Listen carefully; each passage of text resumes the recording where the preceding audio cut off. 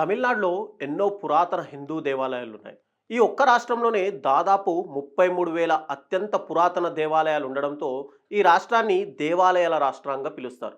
ఈ పురాతన ప్రసిద్ధి చెందిన ఆలయాలను దర్శించుకునేందుకు దేశ విదేశాల నుంచి భారీ సంఖ్యలో భక్తులు కూడా వస్తుంటారు.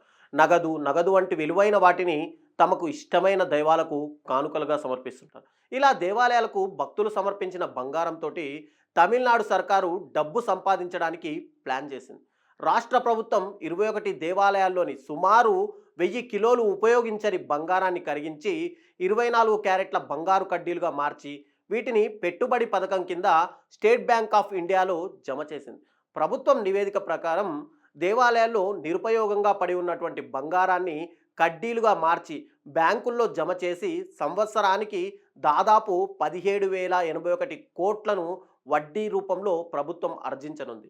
అంటే గతంలో ఇదే విషయం చూసుకుంటే గనక ముంబైలోని ప్రభుత్వ టంకశాలలో ఉన్నటువంటి బంగారాన్ని కరిగించి బ్యాంకులో జమ చేయడం వల్ల వచ్చే వడ్డీ ఏదైతే ఉంటుందో దాన్ని దేవాలయాల్లో సౌకర్యాలు మెరుగుపరచడానికి అభివృద్ధి చేయడానికి ఉపయోగిస్తున్నామని అప్పటి మహారాష్ట్ర ప్రభుత్వం చెప్పగా, ఈ సమాచారాన్ని హిందూ ధార్మిక దేవాదాయ శాఖ అయినటువంటి హెచ్ఆర్సిఈ మంత్రి అయినటువంటి పీకే శేఖర్ బాబు తమిళనాడు అసెంబ్లీలో పాలసీ నోట్ ద్వారా దీన్ని అయితే పంచుకున్నారు. వివిధ దేవాలయాల నుండి సేకరించినటువంటి బంగారు కడ్డీల పెట్టుబడి వివరాలను ఈ నోట్లో కూడా పొందుపరిచారు. మార్చి 31, 2025 నాటికి 21 దేవాలయాల నుంచి ఉపయోగంగా ఉన్నటువంటి అంటే దాదాపుగా 424.26 కిలోల బంగారాన్ని ఈ దేవాలయం ప్రభుత్వానికి ఇచ్చిందని చెప్పి అక్కడ నోట్లో అయితే వెల్లడించారు. అయితే ఈ పథకం సక్రమంగా నిర్వహించబడుతుందని నిర్ధారించుకోవడానికి ప్రభుత్వం 3 ప్రాంతీయ కమిటీలను ఏర్పాటు చేసింది. ప్రతి కమిటీకి రిటైర్డ్ న్యాయమూర్తి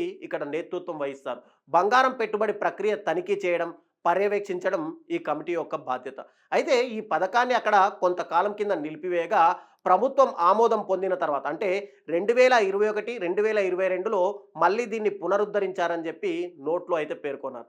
బంగారం తర్వాత ఇప్పుడు ప్రభుత్వము దేవాలయాల్లో ఏదైతే ఉపయోగించలేని వెండి వస్తువులను కరిగించడానికి కూడా ప్రభుత్వం అనుమతించిందని, దీని ప్రకారం దేవాలయాల్లో ఉపయోగించని ఏదైతే వెండి వస్తువులను కరిగించడానికి చర్యలు తీసుకుంటామని కూడా తెలిపారు. ఈ వస్తువులను ప్రభుత్వం ఆమోదించినటువంటి ప్రైవేట్ కంపెనీలు స్వచ్ఛమైన వెండి కడ్డీలుగా మారుస్తాయి. ఇక వెండి కరిగించడం ఆలయ స్థలాల్లో కానీ 3 న్యాయమూర్తుల నేతృత్వంలోని జోనల్ కమిటీల పర్యవేక్షణలో జరుగుతుంది. అయితే వెండిని కరిగించే ప్రక్రియ ఇప్పటికే ప్రారంభమైనట్లయితే మనకు తెలుస్తుంది.